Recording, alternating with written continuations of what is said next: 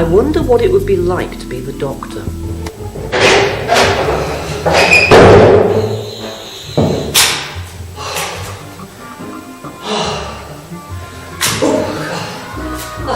Hello there. I was just, never mind, it involves the flamingo. Just out of interest, whilst I'm here, I don't suppose I can bother you for a bit of information. Basically, have any of you seen, well, a Dalek running around here anywhere? They're about yay high, light bulbs, probably have already threatened to kill you. Anybody?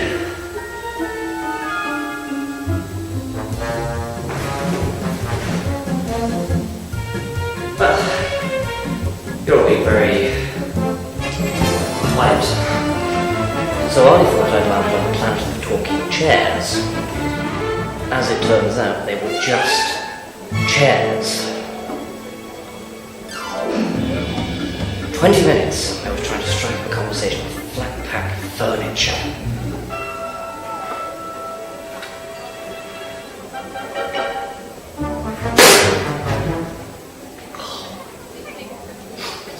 Drink this. Cool.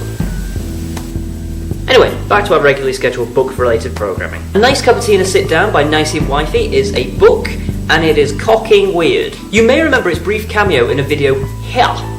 However, I thought I'd finally take the opportunity to actually talk about it. Have you ever wanted to read about the different kinds of mugs? Do you want a blow-by-blow description of the different strengths of tea? Or have you ever wanted an encyclopedia of the various kinds of biscuits that you can buy at Tesco? If the answer to any or indeed all of these questions was no, then do not buy this book. This is the kind of book where you're not sure if it's taking itself seriously or not. On the one hand, it has a fantastic smattering of humour. On the other, it has near anorak levels of obsessiveness. The book kicks off on some musings about tea, namely the worst cup of tea that the author has ever had. The warm water did its best to leach some of the dark colouring from the ash-like substance in the tea bag.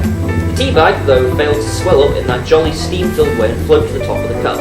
It dropped forlornly to the bottom instead, as if wounded. Some of the information in this book is whimsical, bordering on waffle, whereas some bread nuggets actually yield pretty interesting trivia. The water in the kettle should only be boiled once, as repeated boiling drives off the dissolved oxygen that is considered essential for good tea. The book, however, primarily consists of individual musings on the various kinds of biscuits you can buy on supermarket shelves in Britain. My favourite, however, has to be the borderline insanity shown in the Bourbon review. Bourbons are also reassuringly uniform in size, regardless of the manufacturer, 61mm by 31mm being the accepted standard. Given their regular dimensions, perhaps Bourbon biscuits could form the basis of an SI unit of measurement, with biscuits being measured in Bourbons. For example, the digestive has a diameter of 1.13 Bourbons. I get the feeling that it was written by a lonely man in his garden shed during his spare time. And as such, whenever you thumb through it, you always thumb through it with a level of pity and question whether you're supposed to be laughing with it or laughing at it. Lastly, the entire contents of the book have been published online on a website by the authors, so the book has no reason to exist. It is, however, useful to attack burglars with. So, question for the week. What's your favourite biscuit? Just that. I quite like malted milk myself.